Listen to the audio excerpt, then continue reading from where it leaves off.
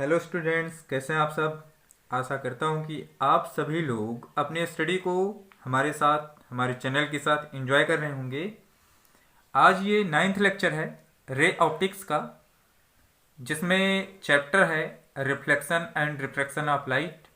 और आज की टॉपिक है जिस पे हम लोग चर्चा करेंगे in detail linear magnification formula for convex mirror. मतलब रेखीय आवर्धन का सूत्र हम प्राप्त करेंगे किससे? उत्तल दर्पण से। और यही सारी चीजें हम कंटिन्यू करेंगे अब इस वीडियो में। तो इसमें क्या है कि वीडियो को आप लोग पूरा अंत तक वॉच करिए, तो आपको आज कुछ नई चीजें जानने को जरूर मिलेंगी जो शायद आपने कक्षा 10 में नहीं जानी होंगी। तो चलिए हम लोग स्टार्ट करते हैं वीडियो को। क्या है कि हमें लीनियर मैग्निफिकेशन का फार्मूला फाइंड करना है। m is equal to i by O is equal to minus we by u using convex mirror. तो सबसे पहले हमारे दिमाग में बात ये आनी चाहिए कि हमें क्या चाहिए? रेशियो। किसका रेशियो चाहिए? इमेज का रेशियो एंड ऑब्जेक्ट का रेशियो, ऐसा हमको मिलना चाहिए। तो इसके लिए यहाँ पे देखिए हमने एक डायग्राम बना के ऑलरेडी रखा है। यहाँ पे एक ऑब्जेक्ट ए बी है, यहाँ से दो लाइट रेज आ रही हैं, हिट कर रही हैं इस मिरर पर। तो एक तो रिफ्लेक्ट हो जा रही है ऐसे, दूसरा यहाँ से ये परावर्तन के द्वितीय नियम का पालन करते हुए चली जा रही है। तो आगे क्या होगा इसमें?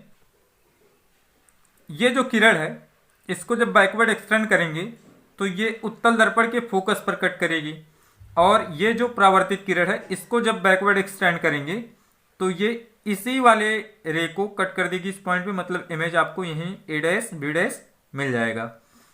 ये एंगल ऑफ इंसिडेंस है आई, और ये एंगल ऑफ रिफ्लेक्शन है। फिर क्या हुआ कि यहाँ पे देखिए ये दो स्ट्रेट लाइन क्या कर रही हैं? एक दूसरे को कट कर रही हैं। तो यहाँ पे एक्चुअल में क्या हुआ, अगर इसको हम और ज़्यादा आगे बढ़ाते तो भी हम कह सकते थे, लेकिन यहीं पे देख लीजिए दो यहाँ पे स्ट्रेट लाइन कट कर रही हैं, तो ये हमारे कैसे एंगल होंगे? अपोजिट एंगल होंगे, मतलब शीर्षाभिमुख कोण होंगे। अब इन्हीं पे हम ये चीज कह सकते हैं कि ये शीर्षाभिमुख कोण है तो ये आपस में बराबर होते हैं। ये 9th की एक थ्योरम है। तो angle i is equal to angle r, ये होना चाहिए द्वितीय नियम से। तो ये आर है, ये भी आर हुआ, ठीक है ना। मतलब ये आर हमारा आई के बराबर है, तो इसको हम आई भी लिख सकते हैं, वो आसानी से किया जा सकता है। तो हमें इन सब कॉन्सेप्ट्स को तो समझना ही है। अब आगे चलते हैं, टॉपिक को स्टार्ट करते हैं। क्या है? In triangle A B P and triangle A dash B dash P, ये ट्रायंगल आपको देखना है। बोथ आर सिमिलर, सिमिलर है बिल्कुल। ये 90, ये भी 90, ये एंगल आई है बट आई आर के बराबर है, तो हम इसको भी आई लिख सकते हैं, ठीक है। तो ये भी आई हो जाएगा। तो ये दो आई और ये 90, इस वजह से यानी कि एंगल एंगल की जो पॉसिबिलिटीज बनती हैं, इस वजह से ये सिमिलरिटी का जो कंडीशन मिल रहा है, आपको दो चीजें बराबर होनी चाहिए। तो यहां से ये दोनों ट्रायंगल क्या है? सिमिलर हैं। तो अब आगे कंटिन्यू करते हैं। इसमें क्या हो जाएगा? अगर ये सिमिलर हैं तो आपको क्या मिलेगा? A B by A dash B dash is equal to, यहां से आप क्या लिख सकते हैं? A P by A dash P. But image को आपको ऊपर रखना है, इसलिए इसको पलट लीजिए, या हम इसी को लिख सकते हैं कैसे? A dash B dash by A B is equal to कितना? ए डैश, यहाँ पे पी रहेगा, ये हो जाएगा ए P by A dash P by A P, ऐसा हो जाएगा। अब क्या हो जाएगा? ए डैश बी डैश की वैल्यू क्या है? ए डैश बी डैश, इसी को आप प्लस आई लिखेंगे, और इसको क्या लिखेंगे? ए बी को प्लस ओ लिखेंगे। ए डैश पी क्या है? ए डैश पी, ये डिस्टेंस है आपकी किसकी? इमेज की डिस्टेंस। यहाँ पे मैंने लिख रखा है, ये प्लस भी है बिकॉज ये एक्स प्लस एक्सिस को फॉलो कर रही है, और ये ए पी क्या है, ये ऑब्जेक्ट की डिस्टेंस है, तो ये माइनस हो जाएगा। मतलब आपको यहाँ मिल जाएगा कितना, ए डैश बी डैश को आप लिखेंगे कितना, ए डैश बी डैश आपका हो जाएगा आई बाई कितना, ओ इज इक्वल टू कितना, यहाँ पे प्लस वी बाई कितना, माइनस यू, ऐसा हो जाएगा। फिर आप इसी केस को आगे कैसे लिखेंगे, ये लिखेंगे I by O is equal to minus we by you, ऐसा आप लिख सकते हैं। बट वी नो दैट क्या जानते हैं हम लोग भैया, क्या जानते हैं आप, वीडियो को लास्ट तक देखिए, चैनल को सब्सक्राइब करिए, तब हम बताएंगे आप क्या जानते हैं। ठीक है, हम बताते हैं, आप देखते रहिए। क्या हो जाएगा, I by O is equal to क्या होता है, एम। देयरफॉर हम क्या लिख सकते हैं, m is equal to minus we by u. ये चीज़ आपको फाइंड करनी थी, यानी कि हम ऐसा भी लिख सकते हैं, m is equal to i by O is equal to minus we by u. बात वही है, यानी कि m की वैल्यू आई बाई ओ के बराबर भी होती है, इसके बराबर, या m की वैल्यू इसके बराबर भी होती है। कहने का मतलब ये दोनों आपस में भी बराबर होते हैं। तो ये चीज़ आपको प्रूव करना था और ये प्रूव हो भी गया। तो आई होप दैट यहाँ तक की बातें आपको पूरी तरह से समझ में आ गई हैं। तो भैया अगर समझ में आ गई हैं तो वीडियो को लाइक ज़रूर कर दिया करिए और वीडियो पे बने रहिए। अभी चीज़ें ख़त्म नहीं हुई हैं, आप कंटिन्यू करिए, मैं आगे की चीज़ें कंटिन्यू करता हूँ। चलिए आगे मिरर फार्मूला है और आप शिफ्ट करना चाहते हैं इस फार्मूले को किसके टर्म में, u v एंड f के टर्म में आप शिफ्ट करना चाहते हैं। ये आपकी इच्छा ही नहीं, अभिलाषा भी है। ठीक है, तो आप करेंगे क्या, कैसे करेंगे, तो आप बने रहिए, हम बताते हैं कैसे करेंगे। तो भैया आप सोचते ये हैं कि ये बड़ा टिपिकल काम है, नहीं, कोई दिक्कत नहीं है इसमें। आप सोचते बहुत हैं, करता मैं हूं लेकिन सोचते आप हैं। चलिए ठीक है, बताते हैं। पहले सबसे पहला पॉइंट हम इसका टच करते हैं। हमें इस फार्मूले को कन्वर्ट करना है किस फॉर्म में, इन the terms of v and f, v and f के टर्म में चाहिए। तो आपके दिमाग में ये बात जरूर आनी चाहिए कि v और f के टर्म में आना चाहिए, और क्या आना चाहिए, मैग्निफिकेशन भी आना चाहिए। तो आपको ये करना भैया कि आप क्या कर दीजिए, इस फार्मूले को v बाई यू का टर्म्स आपको मिले, v बाई यू का टर्म सबसे पहले आपको मिले, तभी आपका फार्मूला किस में कन्वर्ट होगा, यम में कन्वर्ट होगा। तो यहाँ पे भैया v है, u है, बट v बाई यू नहीं है, तो हमें कुछ करना पड़ेगा, है ना। तो आप क्या करेंगे, in the terms of v by f के लिए 1 by f is equal to 1 by v plus 1 by u के दोनों पक्षों में किससे गुणा करेंगे, आपको किस टर्म में ले आना है, v से, क्योंकि आप यहाँ पे देखिए v और f के टर्म्स में चाहिए, तो v बाई एफ आपको कंसीडर करना। जिस यहाँ पे डिस्टेंस को आप लेंगे, ये तो फोकल डिस्टेंस को छोड़ दीजिए, फोकस एज ए कॉमन, आप v से मल्टीप्लाई करेंगे अगर, तो आपको v बाई एफ के टर्म में मिलेगा। ठीक है, अगर u से करेंगे तो आपको u एंड f के टर्म्स में मिलेगा। कैसे, आप देखते रहिए, अभी हम इसका क्लियर और समझाएंगे आपको। तो ये क्या हो जाएगा, v से गुणा करने पर, तो आप गुणा कर दीजिए, तो यहां से कितना हो जाएगा, v by f is equal to 1 plus v by you, ऐसा मिल जाएगा। v बाई यू आपको चाहिए था, तो v बाई यू आ गया। ठीक है, तो यहां पे क्या हो जाएगा, ये हो जाएगा v by u is equal to, देखिए यहां से चाहे तो हम ट्रांसफर करें v बाई यू को इधर, तो ये माइनस हो जाएगा।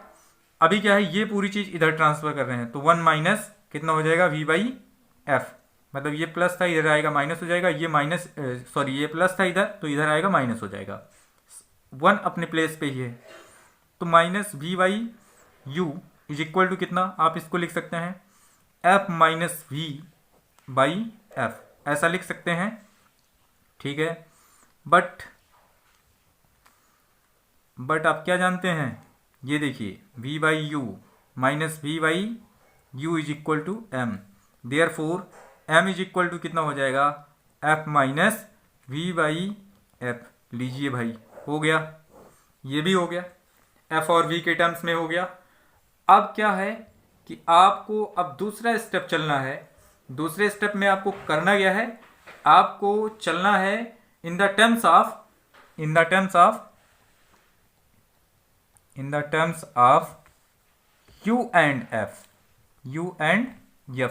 तो ये भी बड़ी मुश्किल चीज नहीं है। फिर से हम वही चीज रिपीट करेंगे। क्या रिपीट करेंगे, 1 by f is equal to 1 by v plus 1 by u के दोनों पक्षों में किससे, u से क्या करने पर, गुणा करने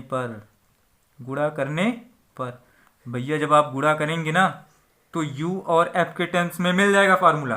कैसे, तो आप जब देखिए u से गुणा करेंगे तो यहां से हो जाएगा u by f is equal to u by v plus u by you, ऐसा मिल जाएगा। तो आपको मिलेगा कितना, u by f is equal to कितना, यहां से आपको u बाई वी ही लिखना पड़ेगा, मजबूरी है। तो यहां से आपको मिलेगा +1। अभी आप ट्रांसफर कर लीजिए, तो यहां से देखिए u by v is equal to कितना हो जाएगा, u बाई एफ माइनस 1। भैया आपको क्या चाहिए, v बाई यू सबसे पहले फोकस करना है। तो हम क्या कर सकते हैं, अभी इसको थोड़ा सा और सॉल्व करेंगे। तो ये हो जाएगा कितना, u by v is equal to u by u minus f, यहाँ पे लिख सकते हैं, एलसीएम लेते हैं, बाई एफ। अब हो गया ना। देखिए कुछ लोग क्या करते हैं ना, जब इसको पलटते हैं तो साथ ही साथ इसको भी दोनों टर्म्स, देखिए दोनों टर्म्स को कंटिन्यूअसली वो पलट देते हैं। ऐसा नहीं, आप पहले इसका एलसीएम लेके सॉल्व कर लीजिए, फिर आप न्यूमरेटर को डिनोमिनेटर और डिनोमिनेटर को न्यूमरेटर बनाइए। आप सबसे बड़ी मिस्टेक यहाँ पे कैलकुलेशन में करते हैं। बहुत सारे लोगों को मैंने देखा, मैं जब टीचिंग करता हूँ तो ये प्रॉब्लम आती है कि वो जब भी अपना कैलकुलेशन करते हैं तो यहाँ पे गड़बड़ी जरूर करते हैं भैया। तो आप समझ जाइए, अभी u बाई एफ माइनस 1 है, सबसे पहले इसको सॉल्व करना है, राइट, जैसे मैंने किया। अभी क्या हो जाएगा, यहां पे आप माइनस से मल्टीप्लाई कर दें, अभी तो इसको पलटना बाकी है। तो ये क्या हो जाएगा, चलिए पलट देते हैं, v by u is equal to कितना, f by u minus f, ऐसा हो जाएगा। ये पलट दिया। अभी क्या है, माइनस से दोनों पक्षों में गुणा कर देते हैं, गुणा करने पर माइनस का मतलब -1 है भैया, आप घबराइए नहीं। ऐसा मैं क्यों कर रहा हूं, क्योंकि हमें क्या चाहिए, minus v by u is equal to m चाहिए, तो आपको माइनस करना पड़ेगा। अभी हमारे पास ये प्रॉब्लम थी तो इसको दूर करना है, तो आप क्या करेंगे, minus we by u is equal to कितना, माइनस एफ बाई कितना, यू माइनस एफ। चलिए भाई ये भी हो गया। तो इसको आप क्या लिख सकते हैं, m is equal to minus f by कितना, u माइनस एफ। ऐसा आप इसको लिख सकते हैं, इससे आपको कोई नहीं रोक सकता है। तो और दूसरी चीज क्या कर सकते हैं, अगर आप इसको माइनस में नहीं लिखना चाहते हैं तो आप क्या करिए, यहां पे माइनस कॉमन कर लीजिए।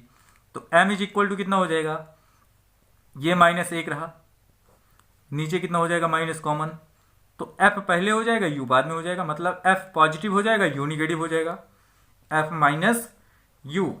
अभी क्या हो जाएगा, m is equal to minus से माइनस गया, ठीक है ना, तो ये हो जाएगा f minus u, that's all. ये भी आपका ये फार्मूला बन जाएगा। तो आई होप यहां तक की बातें आपको पूरी तरह से समझ में आ ही गई होंगी। अगर भैया नहीं आई होंगी तो आप कमेंट सेक्शन में चले जाइए, कमेंट करिए, अपना लाइन सेलेक्ट करिए कि जहां पे आपको प्रॉब्लम है, उस प्रॉब्लम को हाईलाइट करके आप स्क्रीनशॉट लेके भेज सकते हैं। स्क्रीनशॉट का मतलब ऐसा नहीं आप स्क्रीनशॉट ले लें, मतलब कमेंट का स्क्रीनशॉट लेके अपने दिमाग में कमेंट को नोट करें, इसके बाद आप भेजें। हम वहाँ पे आपको पूरा रिप्लाई देने का 100% प्रयास करेंगे। अभी ये कहानी लेकिन ख़त्म नहीं हुई है, अभी हमको और भी चीज़ें जाननी है, कुछ हॉट्स जानने हैं लीनियर मैग्निफिकेशन के। चलिए उस पर भी बात कर लेते हैं। अब क्या है, आपको अगर हम ये कहें कि आपने लीनियर मैग्निफिकेशन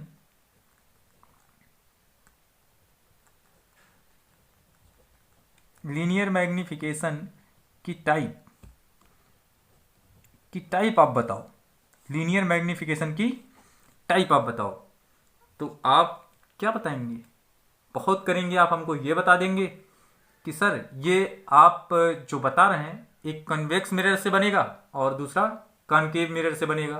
भैया ये टाइप नहीं है, ये लीनियर मैग्निफिकेशन फाइंड किया जा रहा है किससे? कॉनकेव मिरर से और कॉन्वेक्स मिरर से। तो इसकी टाइप क्या है?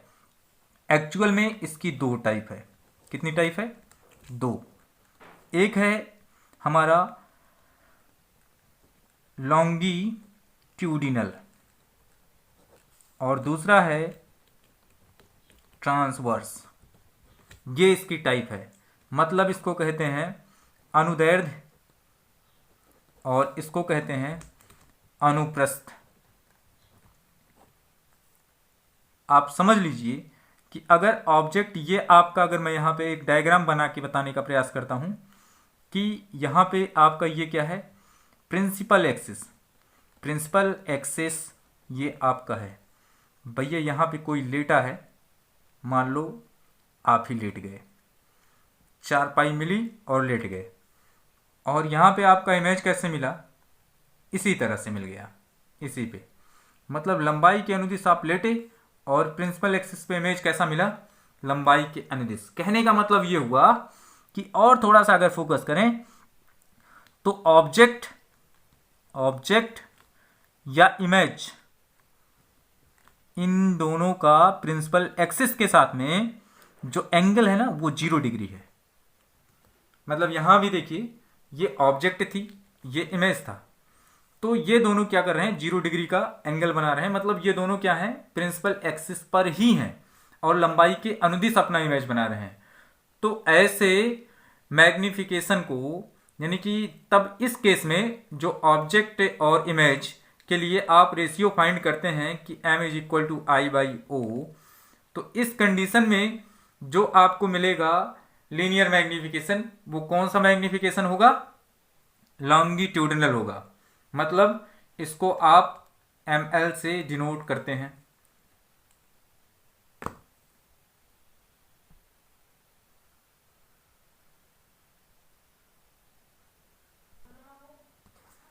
तो ml इज इक्वल टू क्या हो जाएगा? वही फार्मूला रहेगा आई बाई ओ, बशर्ते ये आई हमारा क्या होगा? लंबाई के अनुदिश, यानी कि इमेज जो बना होगा किसके अनुदिश? लंबाई के अनुदिश, और ऑब्जेक्ट जो रखी गई होगी प्रिंसिपल एक्सिस पे लंबाई के अनुदिश, वही चीज होगी। और आपको क्या देखना है? ट्रांसवर्स। तो अभी तक जो आपने देखा linear magnification m is equal to i by o, इस केस में आपने क्या देखा? ये डायग्राम देखा, ऑब्जेक्ट ऐसी थी, इमेज ऐसा था, तो ये o, ये आपका i, तो आपने इसका रेशियो फाइंड किया आई बाई ओ। मतलब इस केस में आपको क्या मिला कि परपेंडिकुलर ऑब्जेक्ट भी है प्रिंसिपल एक्सिस के और इमेज भी है। तो ऐसे मैग्निफिकेशन को हम क्या कहते हैं? ट्रांसवर्स लीनियर मैग्निफिकेशन कहते हैं। और इस केस में आगे क्या हो जाएगा? m इज इक्वल टू, ये आपकी परपेंडिकुलर इमेज साइज होगी, और o क्या होगा? परपेंडिकुलर इमेज लेंथ होगा, सॉरी ऑब्जेक्ट लेंथ होगा, और इसको आप इंडिकेट कर देंगे mt, राइट? तो mt हो जाएगा। तो एक आपने समझा ml इज इक्वल टू कितना? आई बाई ओ। ये आपका लॉन्गिट्यूडिनल है लीनियर मैग्निफिकेशन, और ये क्या है? आपका ट्रांसवर्स है। इस केस में ऑब्जेक्ट और इमेज दोनों क्या होती हैं? प्रिंसिपल एक्सिस पे लंबाई के अनुदिश होती हैं, और इस केस में ऑब्जेक्ट और इमेज दोनों क्या होते हैं? Perpendicular to the principal axis होते हैं। लेकिन एक कहानी और जुड़ी है। अगर ये मान लिया जाए कि हमारा 2D है, टू डायमेंशनल है। 2D क्या है? 2D ऑब्जेक्ट है।